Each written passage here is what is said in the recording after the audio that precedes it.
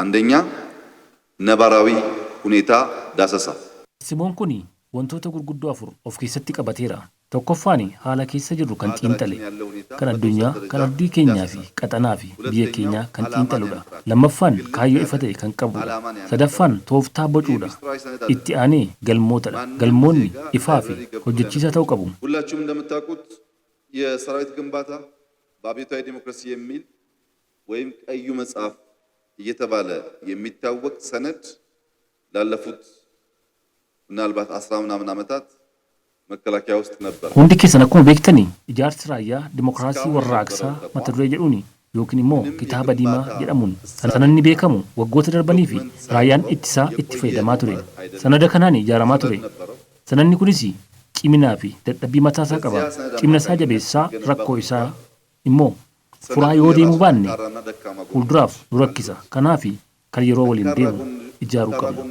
የሰራዊት ግንባታ መነሻዎች በአብዮታዊ ዲሞክራሲ የሚለው ክፍል sanada kana irra deebinee akka ilaalluu fi wantoonni nu dirqisiisanii inni guddaan seera mootummaa biyyattii waliin boqonnaa waldhiitan kan qabu waan ta'eef raayyaa ittisaa ija warraaqsa dimokiraasii jedhuun qofa kan ilaalu ta'uu isaati. Lammaffaan paartiin humna raayyaa kan murteessu ta'a inni jedhu hunda isaa gatuu yoo baanne illee. Sadaffaan ijaarsa siyaasaa raayyaa ittisaa keenyaa iddoon jedhu sanada kana irra deebiin akka ilaalluu fi kan nu dirqisiise keessaa isa tokko. Inni kunis raayyaan ittisaa kun yaadama tokkoon qofa akka bocamu kan taasise. Inni arfaffaan ijaarsa loltummaa raayyaa keenyaa isa jedhudha.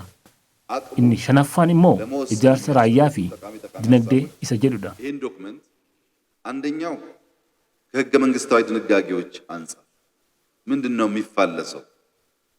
Wanti dookumentii kana bu'uura heera mootummaan faallessu maalidha jennee yoo ilaalle, lammaffaa ijaarsa raayyaa ittisaa keenya yoo ilaalle, sadaffaa heddummina keenya ibsuu keessatti yoo ilaalle, qabxiiwwan sadeen kana irratti Itoophiyaa amma jirtu kan fakkaatu dhaloota dhufu haammachuu kan danda'u, kan ijaarsaas kan seeraas ilaaluun nu fayyada. Tarii humni amma aangoorra jiru sababa adda addaan heera aangoorra isa tursiisu tumachuu yoo barbaade isa kana karaarraa maqsuun barbaachisaadha. Haamleen keessan tokkummaa Itoophiyaa fi guddina ishee ta'uu qaba.